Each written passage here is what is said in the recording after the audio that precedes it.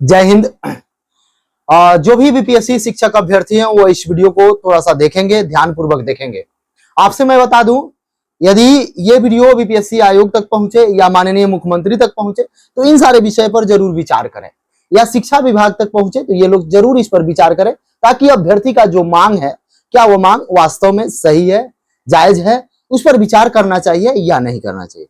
सबसे बड़ा समस्या ये है, अभ्यर्थी का ये लगातार आरोप है कि इसमें मैक्सिमम नियोजित शिक्षक को ही भर्ती कर दिया गया है। ये आप भी देख रहे होइएगा, जहां भी न्यूज चैनल पर वीडियो डाला जा रहा है तो उसमें पहले से आप टीचर थे, हाँ ओके हो जा रहा है।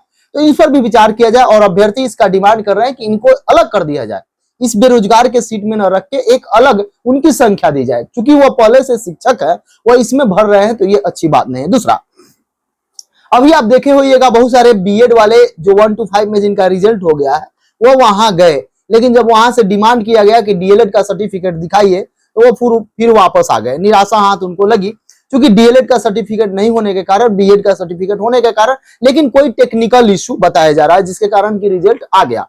बहुत सारे लोग ऐसे थे कि जो बीएड किए थे लेकिन डिग्री में टिक कर दिए डीएलएड, जिसके कारण भी उनका रिजल्ट आ गया, तो वो भी वहां से वापस आ जा रहे हैं। ये दो आप देख रहे हैं।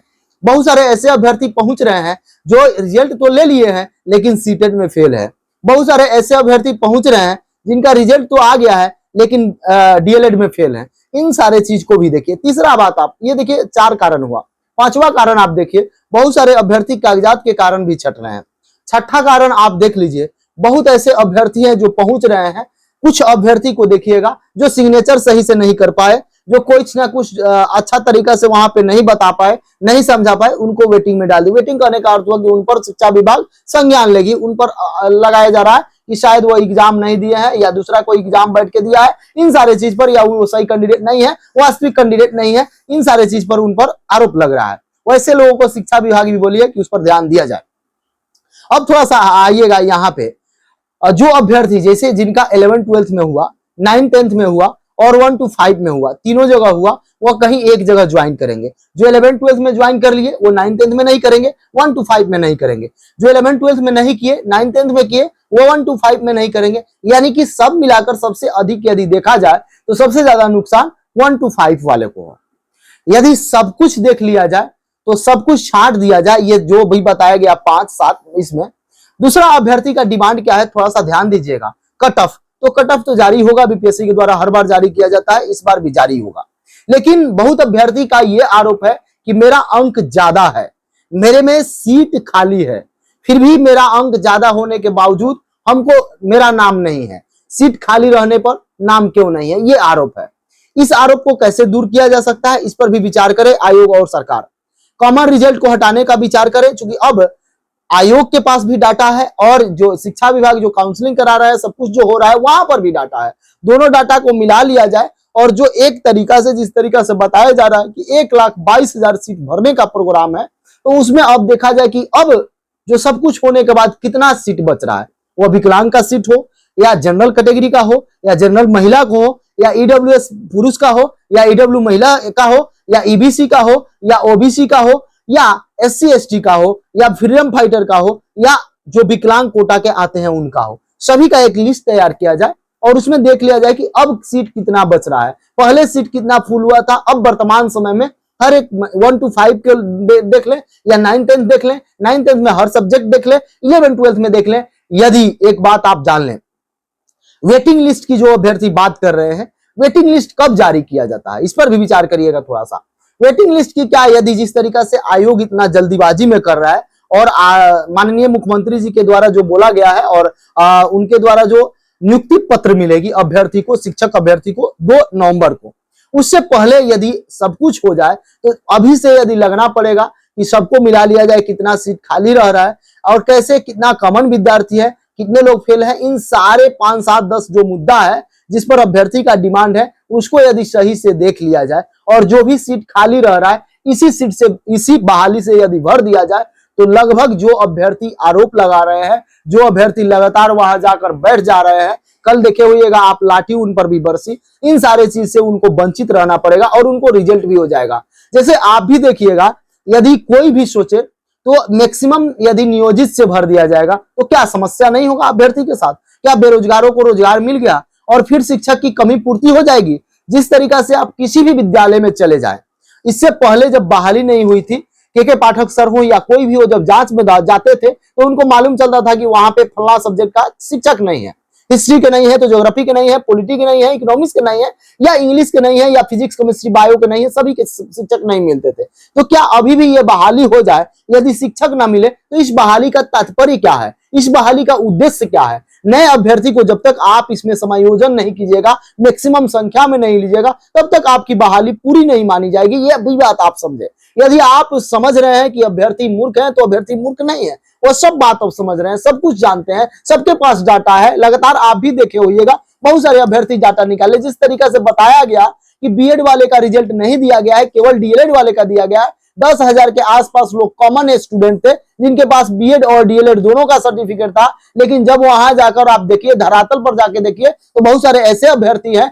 जिनके पास बीएड ही है और वो सब कुछ सही भरे हैं, बीएड ही भरे हैं, फिर भी उनका रिजल्ट है। तो बताया जा रहा है कि टेक्निकल इशू है। मान लेते हैं टेक्निकल इशू है, टेक्निकल इशू हो जाता है, इसमें कोई दिक्कत नहीं है। बीपीएससी जिस तरीका से काम कर रही है, पूरे देश में चर्चा है, पूरे देश के लोग सराह रहे हैं, बिहार को अच्छा नजर से देखा जा रहा है, ये अच्छी बात है, हम लोग को भी अच्छा लगता है, सभी अभ्यर्थी खुश रहते हैं। लेकिन इस पर एक और पहल किया जाए ताकि सब लोग अच्छा तरीका से, जिस तरीका से इससे सीख ले रहे हैं, और अच्छा इस पर अमल करें, और अच्छा उनके मन में विचार हो, और बढ़िया सोचे बीपीएससी के बारे में। बीपीएससी को एक कदम उठानी चाहिए। जैसा अतुल सर बता रहे हैं कि यदि सरकार से, शिक्षा विभाग से हमको आएगा तो फिर से हम लिस्ट दे देंगे, तो आप सर बताइए ना, आप उनको भेजिए ना, एक एप्लीकेशन दीजिए ना, एक बात वार्तालाप कीजिए ना कि मैं इस तरीका से जब काउंसलिंग हो गया तो इतना ही फुल सीट हुआ, और इससे पहले इतना था, इस सब्जेक्ट में इतना था, ऐसे ऐसे सीट इतना खाली रह गया। यदि आप ही का डाटा लेते हैं तो 48,000 सीट खाली रह गया। यदि वो डाटा हटा देते हैं, इधर से आते हैं,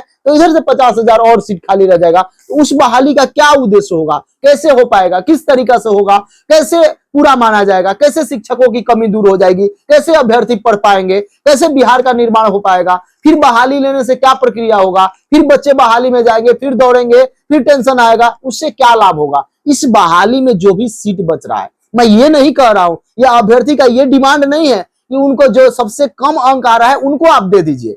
वैसे अभ्यर्थी का डिमांड है जो कटअप पार है। कटअप कहने का अर्थ हुआ जब सीट खाली रह गया और कोई विद्यार्थी मिनिमम क्वालिफाई अंक से ज्यादा है तो उसको मौका देना चाहिए।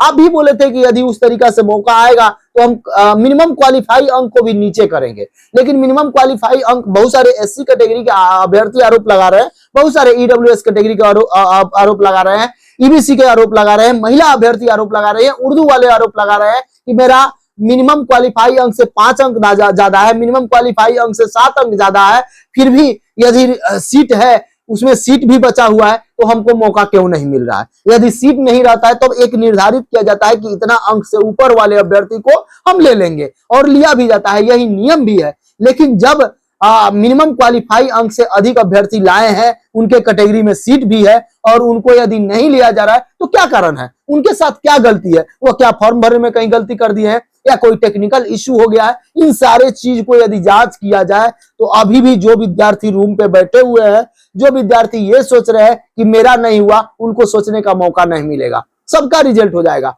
और सभी लोग ये सोच रहे थे कि इस बार अच्छी संख्या में बहाली है और हम लोग को मौका मिलेगा। एक बात बता दें, अभी तक का जो भी अभ्यर्थी 1 to 5 वाले हो, 9th 10th वाले हो, या 11th 12th वाले हो, जो उनका एक बड़ा सा लिस्ट आया था कि इस मुद्दा पर चर्चा कीजिए, सभी मुद्दा पर मैं चर्चा किया। यदि आपको लगता है कि और कुछ मेरे से छूट गया हो तो आप जरूर कमेंट बॉक्स में कमेंट कीजिए, एक अच्छा तरीका से इस पर हम लोग विस्तृत तरीका से जानकारी प्राप्त करेंगे। दूसरी बात मैं आप सभी अभ्यर्थी से बता दूं कि इस वीडियो को इतना शेयर करें ताकि माननीय मुख्यमंत्री तक पहुंचे, शिक्षा विभाग तक पहुंचे, और अतुल सर के पास पहुंचे, ताकि इस वीडियो पर संज्ञान लिया जाए। संज्ञान कहने का अर्थ हुआ कि आपके साथ कल्याण हो सके, जो सीट खाली है इसी से भरा जाए। और लगातार आप देख रहे होइएगा सोशल मीडिया पर, माननीय उप मुख्यमंत्री हो या मुख्यमंत्री हो, लगातार कह रहे हैं कि बिहार में बाहर है और इतना शिक्षक की बहाली हो रही है, तो उसकी संख्या वास्तव में उतना है क्या? यदि केवल और केवल अन्य तरीका से भर दिया जाए, अन्य तरीका कहने का अर्थ हुआ कि जो बेरोजगार है, जो फ्रेश है, जो न्यू कमर है, उनको नहीं भरा जाएगा। कभी ग्राम पंचायत के शिक्षक, कभी पंचायती राज के शिक्षक, तो कभी नियोजित शिक्षक, तो कभी जिला लेवल के शिक्षक, तो कभी किस ब्लॉक लेवल के शिक्षक। इस तरीका से भरने से संख्या तो वही रहेगा और उनका स्टूडेंट कैसे पढ़ पाएंगे? जो गरीब तबके के बच्चे जाते हैं सरकारी विद्यालय में, क्या उनको गुणवत्तापूर्ण शिक्षा मिलेगी? यदि उनको गुणवत्तापूर्ण शिक्षा नहीं मिलेगी तो बिहार का विकास कैसे होगा? बिहार कैसे आगे बढ़ेगा? इस पर भी थोड़ा सा ध्यान दिया जाए। बिहार में जो आप लगातार बोलते हैं कि बिहार सबसे कम पढ़ा लिखा राज्य है, तो इसी पर हम लोग जो काम कर रहे हैं उस पर आप भी आइए ना। उसमें शिक्षक जो बहाली है, जो सीट खाली है, उसको पूरा किया ना जाए। उसके बाद जो खाली रह जाता है उसको नेक्स्ट वैकेंसी में दिया जाए। इस वैकेंसी की जो भी सीट है प्रयास किया जाए, मिनिमम प्रयास किया जाए, मैक्सिमम कोशिश किया जाए कि मैक्सिमम सीट भर जाए। यदि जो मिनिमम सीट खाली रहता है उसको नेक्स्ट वैकेंसी में जोड़ा जाए। ये आपके लिए भी अच्छा होगा और सबसे अधिक अभ्यर्थियों के लिए अच्छा होगा। अभ्यर्थी इस उम्मीद में जी रहे थे कि इस बार उनको नौकरी लग जाएगा, और वह अभ्यर्थी जो प्रश्न का लेवल था, जिस तरीका से वैकेंसी थी, संख्या अब देखा जाए, नंबर देखा जाए, उस तरीका से लगभग लोग सोच रहे थे कि हमको नौकरी मिलेगा, लेकिन वह नहीं हुआ, उससे इतर हो गया। बहुत लोग ये कमेंट कर रहे हैं कि जिन अभ्यर्थी को नहीं हुआ है वो कर रहे हैं। अरे भाई, बहुत अभ्यर्थी ऐसे आरोप लगा रहे हैं कि उनका आपसे ज्यादा अंक है फिर भी उनका नहीं हुआ। क्योंकि होता क्या है, थोड़ा सा ध्यान दीजिएगा।